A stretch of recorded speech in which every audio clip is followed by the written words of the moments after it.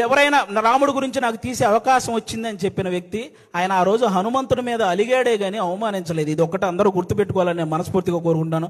ఒకరు కాదు, సినిమా కోసం ఎన్టీఆర్ గారు సన్నబడితే ఆయన మీద ట్రోలింగ్, మన బాలకృష్ణ గారు మాట్లాడితే ట్రోలింగ్, అల్లు అర్జున్ గారు నవ్వితే ట్రోలింగ్, సాయి ధర్మ తేజ్ గారు యాక్సిడెంట్ అయి ఆయనకు మాట్లాడడానికి ఇబ్బందిగా ఉంటే దాని మీద కూడా ట్రోలింగ్. అరే మనం బయట దేశాలకు వెళ్తే జస్ట్ మనం బాహుబలి అంటే కానీ ఓ మీరు ఇండియనా అనే పరిస్థితి ఉండదు. అలాంటి ప్రభాస్ గారి లుక్స్ మీద ట్రోలింగ్, రామ్ చరణ్ గారి చికిరి చికిరి అనే సాంగ్ పక్క దేశాలలో కూడా రీల్ చేస్తున్నారు. అలాంటి ఆ స్టెప్పుల మీద ఇక్కడ ట్రోలింగ్. ఒకరు కాదు, విజయ్ దేవరకొండ గారి మీద మన ఇండస్ట్రీ వాళ్ళే ట్రోలింగ్. అంటే ఒక వ్యక్తి ఇంకా అంతకు మించి ట్రోలింగ్, అంత మానసికంగా ఒక వ్యక్తిని కుంగదేయాల్సిన పనే ఉంది.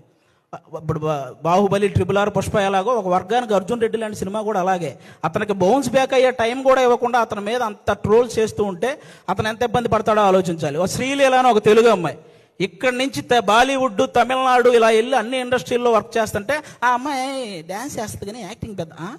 ఇప్పుడు భగవంత్ కేసరి అనే సినిమా నేషనల్ అవార్డు దృష్టికి వెళ్ళిందంటే బాలకృష్ణ గారి పర్ఫార్మెన్స్, అలాగే అనిల్ రావుపూడి గారి కథతో పాటు శ్రీలీల గారి పర్ఫార్మెన్స్ కూడా వన్ ఆఫ్ ద రీజన్ కదా. అలాంటి అమ్మాయిని అంత బ్లేమ్ చేయడం ఏంటి?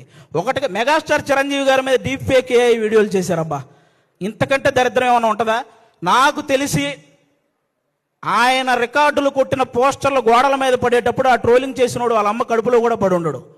అలాంటి వ్యక్తులు వాళ్ళు. ఆయన 3 దశాబ్దాలు 1వ నంబర్ పొజిషన్లో ఉన్నప్పుడు వీడికి అసలు ఒకటంటే ఇలా ఉంటుందని కూడా తెలియదు.